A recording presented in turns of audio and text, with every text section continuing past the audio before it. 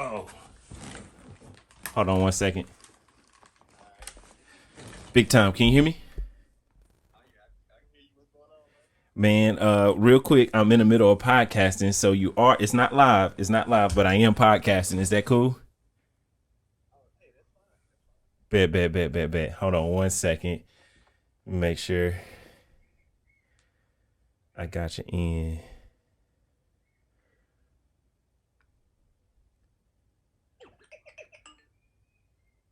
Oh no. Hey, give me 1 second. I'm gonna call you back. All right. All right. Yeah. There we go. All right, can you hear me? Yes, sir. DJ Hutch in the building. Doing all right? All right, man. I'm doing pretty good. Yes, sir. Yes, sir. Cool. Man, I appreciate you being willing to chop it up on this. Cause at first when you posted and I responded, I was like I wasn't really thinking about it. Honestly, I don't sit on socials like super long. I just kind of Right. I just kind of hit all the different social sites or whatever, make my post, do a quick scroll, maybe comment here and there, but I pretty much just comment, post, and walk away. And so I wasn't really expecting much to come of that comment on your post. But because I'm in the middle of podcasting, I wanted to read that. So, by the way, on this podcasting thing, the reason I said that it's not live and it's not public, I'm not even sure that this is gonna go out. I just kind of challenged myself to 30 days, like to record a podcast every day for 30 days consecutively, and Right. and so I'm in the middle of doing that or whatever, and I thought this would be cool to go ahead and grab and do. But Good topic. Yeah, this is something that needs to be discussed. yeah, for sure. So your post read, I'm pulling it up on my phone. Your post read, the easiest way to set your company up for failure is to attempt to provide a service you are not comfortable doing or have not had adequate training on. If you are, and then you ran into a few bullet points. You said, if you are a tax preparer but only have experience doing personal taxes, don't tell a business you can handle their taxes. If you are a personal injury lawyer, don't tell someone you can help with their custody battle. If you're a restaurant, or if your restaurant is known for its Italian food, don't offer Tex-Mex. Stick to what you're good at.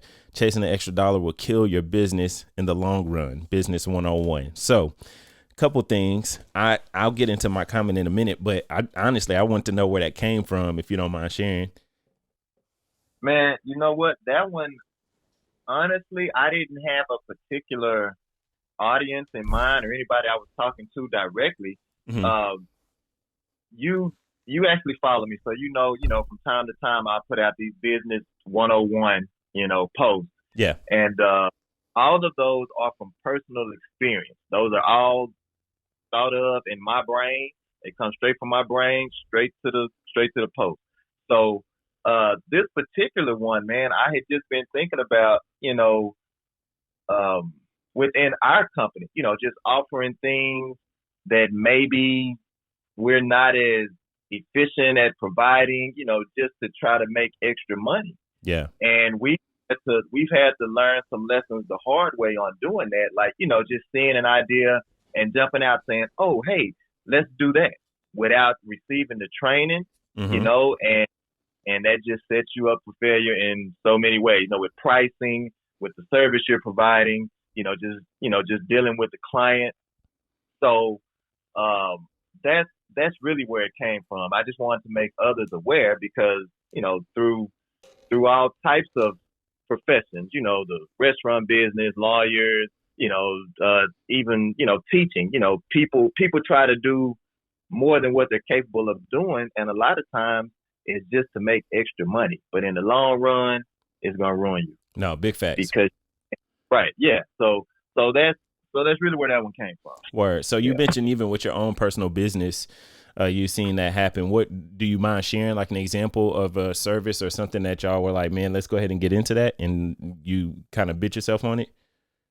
Okay. The first one that comes to mind would be live streaming. Mm, Saw the live stream thing hit the market. We like, man, we can do that. yeah. We can offer that looks easy. Yeah. So you go out a couple of times and you don't get the proper picture quality. You don't get the best audio output. And then you send it to the client, and it's like they're like, wait a minute, this doesn't look or sound how we thought it would. Wow. So so we had to dig deep, do our research, get the proper equipment to get that right output. Yeah. And real quick, and I appreciate you sharing that, but I have to get my horn and my shouts out to Alliance Entertainment Group. I had to real quick make sure I make the introduction because this is for the podcast. This is Garrick Hutchins, aka DJ Hutch of Alliance Entertainment Group. And man, I don't know when we met, Hutch, but I do know like we were probably following each other on social media first. And then I think one of the first times we really linked up was when I sold you like a lavalier mic or something like that. I met up with you at Notting Hill. I remember that, but I think we might have actually met a time prior to that at like maybe some kind of trade show or something like that, a bridal show or something. But yeah. So no, that's who we're speaking with. I didn't even make that introduction in the beginning, but no, I appreciate you sharing that. So getting into your post, and then similarly, I'll also say I relate. Maybe not so much with live streaming. I've tried a few things in life to where I kind of got good at identifying, no, we're not good at that. I'm not even going to touch it. You know what I mean? But I've definitely bumped my head on some things and tried to do things for people. And with the live streaming, I mentioned to somebody that I can do it, but I didn't offer it to them as like a package that, something that I do. And it was actually the bride she was my kid's home care provider. And so she was booking me to be her DJ. And bro, I had mentioned to her in a consultation, we're booking 8 months in advance of the actual event. And then like literally the week of, she's like, yeah, so the live stream. And I'm like, what? And bro, I shot myself in the foot big time. I ended up not even being able to do it. Wow. Just talking out the side of my neck, bro, And so yeah, as DJs or, as people that deal with technology, we feel like, hey, something to do with a computer, sure, I can do it. We can make that happen. I may not know right now, but by the time that I do your event, I'm going to figure it out and I'll be ready to do it. And that's the mentality that we have. And we get ourselves in a lot of trouble doing that, man. Yeah. And we do.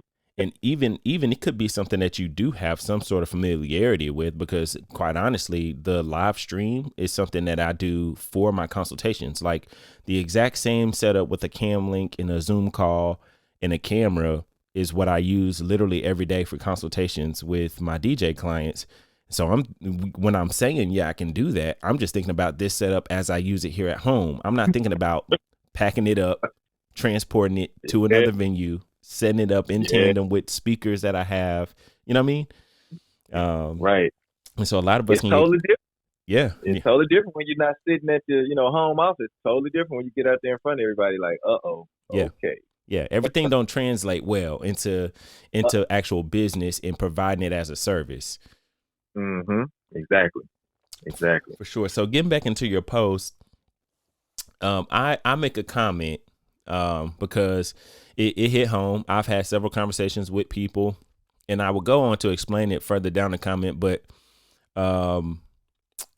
I commented to your post and said, and if you run a venue, ... And then I was like, never mind.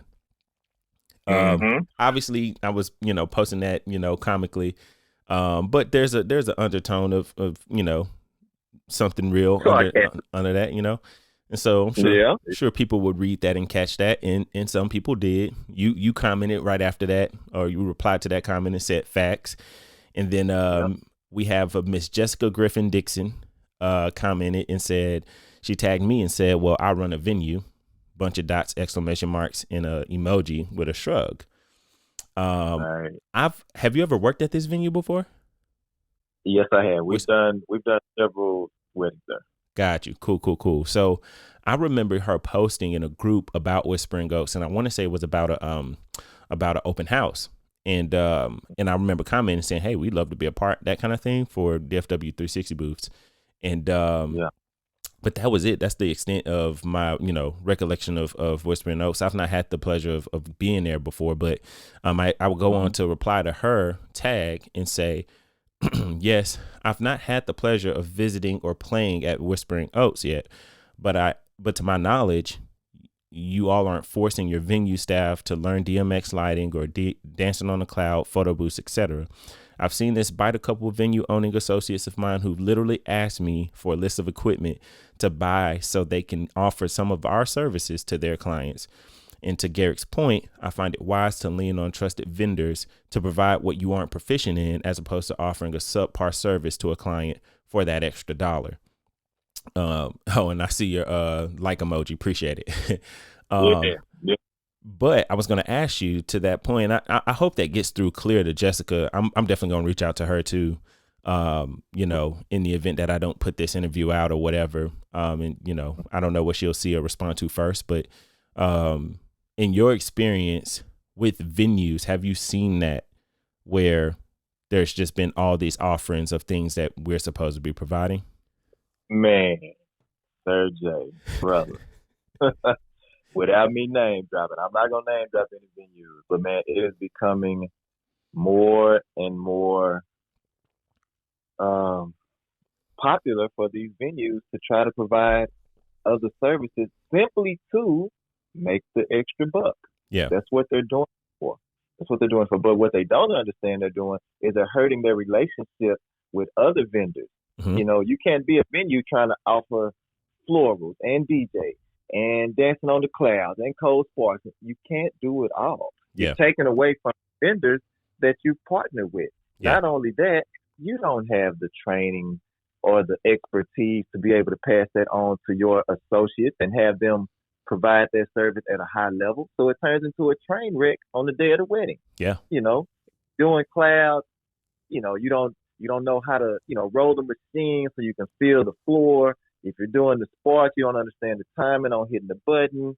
If you're doing uplights, I mean, I've been to some venues where they still have the, the wired uplights and they got cords, hanging out the wall. It just looks Texas. So, yeah, I'm a shut up and let you take over from that. No. I mean, you make all valid points. I appreciate your reminder to not name drop, because I was kind of on that type of time. I'm not going to do that. It's probably not smart. Right. But there are a few venues that I think, unfortunately, I've tried to have these conversations with some of my, venue owning, associates and let them know, like, hey, this is the detriment to what you're doing. Right. And I think I can't call it a cover up in all fairness. One explanation I've heard is, it just gives us an opportunity to serve our clients at a different level, to be a one-stop shop to our clients, and, just to kind of elevate our level of service for our clients. And that sounds good until you realize that's not the truth. Like, that's not what you're doing. Like, it's... I'm going to translate that for you. That means we're trying to get all the money we can on every book. Right. But simply put, and so in all fairness though, because like I said, some of these are associates of mine. Some of these are venues that like I've worked at a lot, and have good relationships there and have served well, and their venue outside of this is like immaculate and amazing, right. But and I've been convinced that some of these venues, it is just I just want to get the extra dollar, and some of them really do think, we want to elevate our level of service, and we just want to be a one-stop shop to relieve the stress for our clients, because our brides are doing all this planning, and weddings in Dallas are expensive, and we just want them to be able to come here, book this at this package rate, and and be relieved, right? But again, my message to them is, hey, you don't have the capacity to do that. Right. If you're only going to send one, and I mean, age doesn't really have a lot to do with it or whatever, but if I see a young 20-year-old girl who just started at the venue 2 months ago, you know what I mean? Right. And I'm not, this is an actual example at a venue. Young lady, she's 20 years old, very big venue. So there's already the stress of this venue. She's going to be the appointed like point of contact that night. And it's just, the main coordinator person at the venue is going to leave at 9. And so once she leaves at 9, it's just this young girl, right? But Dancing on a Cloud needs to be performed. Somebody needs to turn the uplights from static to like, like sound active or something like that. So we're talking DMXing and understanding, a controller. And then they had a monogram or something like that. And there was a little bit of back and forth between whether I was going to do the monogram or, they were going to do it with their projectors, blah, blah, blah, blah. But it's like, man, that's a lot on that young lady. And she told me from her mouth that she was overwhelmed. So I'm like, now you have overwhelmed staff who, to be quite honest, didn't do a good job. The Dancing on the Cloud, they had a Chave Nimbus, bro, and dropped the dry ice too early. So, and on top of that, they preheated the machine and then unplugged it, and then like waited. Stuff gets pushed back right on the wedding. So, so because stuff got pushed back, they unplugged from the, the preheat or whatever. It's just been kind of sitting for like an hour. Then they tried to drop the ice. So you know what happens. That smoke come out super faint. Yeah, man. And so then this young lady is walking around trying to do the dry ice, this slow, faint, low fog or whatever. And she's all in the pictures, bro. And so... And so I'm like, look at all that, and I'm laughing. It's not actually funny because what happens is, again, this client is going to get photos from her photographer. The photographer looks away. Oh yeah. With this random lady in a floral sundress, in the back of my first dance shots, in this Dancing on the Cloud. Dancing on the Cloud is now dancing in the mist. Right, exactly. The land of milk and honey. You do not have a cloud anymore. Right.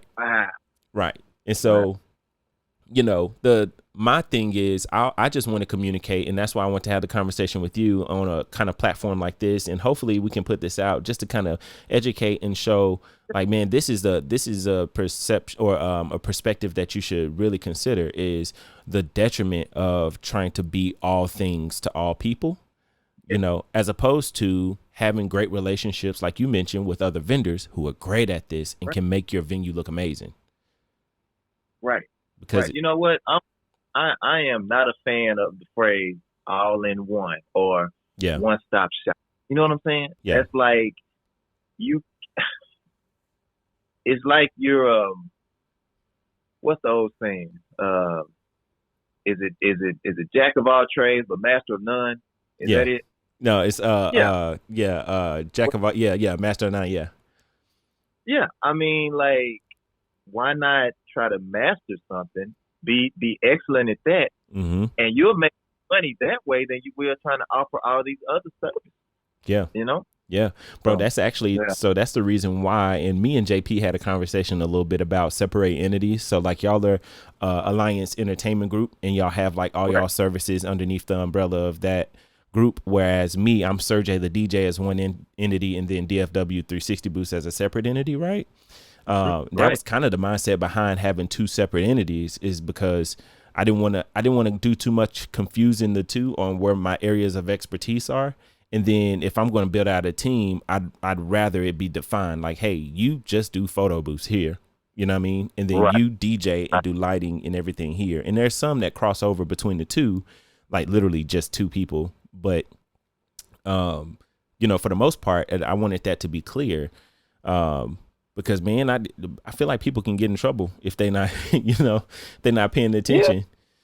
Yeah, definitely. Yeah. But, nah, man, I don't want to take up too much of your time. I just want to kind of like quickly go over like that post, man. And like I said, since I'm doing a podcast, I thought it'd be a great topic to kind of chop it up on with you, man. Before I let you go, are there any other things on this subject that you feel like are important to share with people?